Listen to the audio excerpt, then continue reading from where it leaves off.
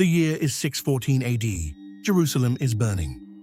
Persian cavalry rides through streets that haven't seen a conqueror in 3 centuries. The Church of the Holy Sepulchre, gone.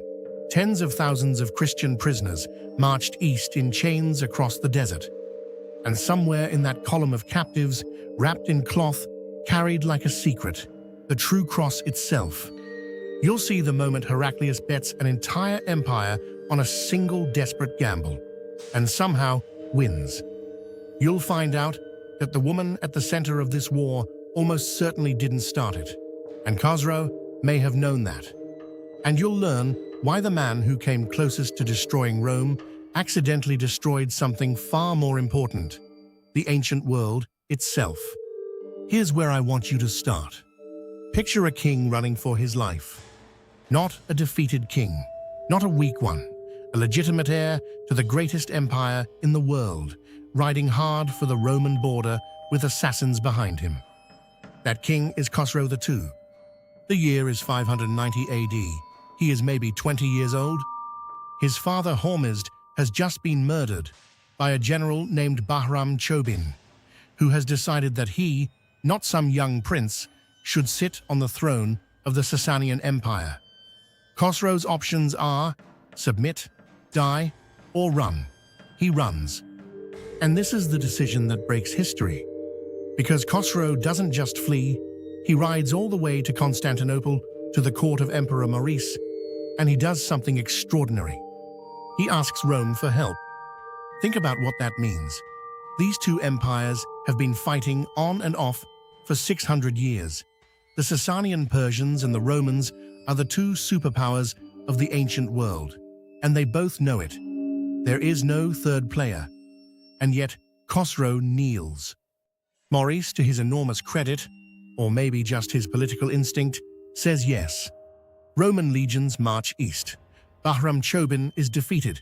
Khosrow is restored. He calls Maurice his father. He signs a peace treaty that gives Rome back contested territory in Armenia and Mesopotamia. For the first time in generations, the 2 empires are genuinely, almost warmly, at peace. This is the loaded spring, because now Khosrow owes everything to Rome.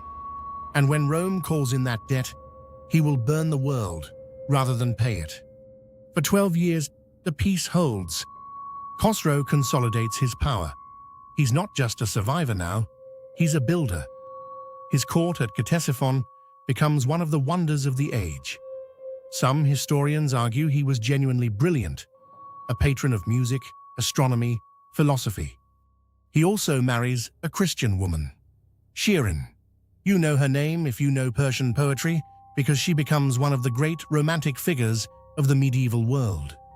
Here's the part I can't get past. Shirin is the reason, officially, that Khosrow eventually goes to war with Rome. The story goes that after the Byzantine Emperor Maurice is overthrown and murdered in 602 AD by a soldier named Phocas, Khosrow declares that he is avenging his murdered patron. Justice, loyalty, righteous war. But some historians look at that justification and see something thinner. Because Khosrow was already moving troops before the speeches about Maurice's murder.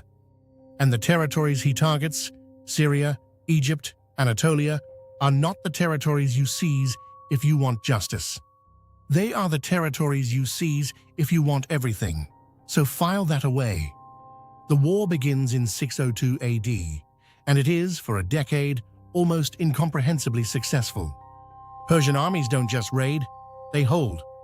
Syria falls, then Palestine, then in 614 AD, Jerusalem. The city falls in roughly 3 weeks. The numbers in ancient sources are almost certainly exaggerated. Ancient sources usually are, but the scale of destruction was real. The Church of the Holy Sepulchre was burned. The Patriarch was taken captive. And the true cross, the most sacred relic in Christendom, was carried back to Ctesiphon. For Byzantine Christians, this wasn't just a military defeat, it was an apocalypse. Then Egypt falls, then parts of Anatolia. Persian scouts reportedly reach Chalcedon, which is, depending on how you look at it, basically the suburbs of Constantinople. The Roman Empire is being eaten alive, and Khosrow is at the absolute peak of his power. This is the hinge point. This is the exact moment when the spring, loaded back in 590, when a young king ran for his life, finally releases. And the energy goes somewhere no one expected. Constantinople doesn't surrender. A new emperor takes over. His name is Heraclius. He inherits an empire that is functionally bankrupt, territorially gutted, and religiously traumatized. He does something that has no precedent in Roman history. He frames the war as a crusade. He melts down church silver to pay his soldiers. He carries an icon of Christ at the front of his army. He doesn't march at Persia's borders. He marches into Persia itself, deep into the heartland, thousands of miles from Constantinople. In 624 AD, Heraclius burns Ganzak, the sacred fire temple of Zoroaster. An eye for an eye, the true cross for Zoroaster's fire. It is an act of deliberate, calculated desecration, and it works. I keep coming back to the speed of what happens next. Khosrow sends army after army, and Heraclius defeats them all. Not easily, not cleanly, but he defeats them.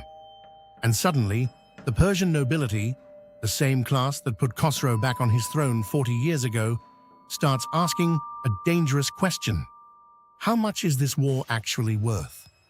The answer, in 628 AD, is not this much.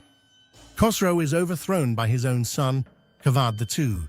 He is imprisoned, and then within days, executed. The exact manner of his death is disputed. Some sources say he was shot with arrows, slowly. Some say he was simply killed. Ancient sources dramatize. We should be skeptical. What is not disputed is this. The man who had conquered Jerusalem, seized the true cross, and pushed Rome to the edge of extinction, died in a cell, put there by his own child. Khosrow II immediately sues for peace. The true cross is returned. The territories are handed back. Everything Khosrow spent 30 years building, gone in months. But here is the part that makes this story genuinely unsettling. The peace doesn't save either empire. Both Rome and Persia come out of this war in a condition they have never been in before: depopulated, financially destroyed, psychologically shattered. And waiting in the Arabian Peninsula is a new force that neither empire had seriously considered a threat. Within a decade of Khosrow's death, Arab armies under the banner of Islam will smash through Persia entirely. The Sasanian Empire, Khosrow's empire, Cyrus's empire, one of the oldest continuous civilizations on Earth, ceases to exist. Byzantium survives, barely, but it loses Egypt and Syria permanently. The ancient world, the world of Rome and Persia, the world that had defined civilization for 1,000 years, ends. Not with a bang, not with one decisive battle. It bleeds out from wounds that Khosrow opened. The man who came closest to winning everything handed victory to a civilization that didn't exist yet when he first ran for his life. That's the thing about Khosrow II. He isn't a footnote, he's the hinge. He is the king who almost broke the world, and in trying to, actually did. Subscribe. There are more files where this one came from.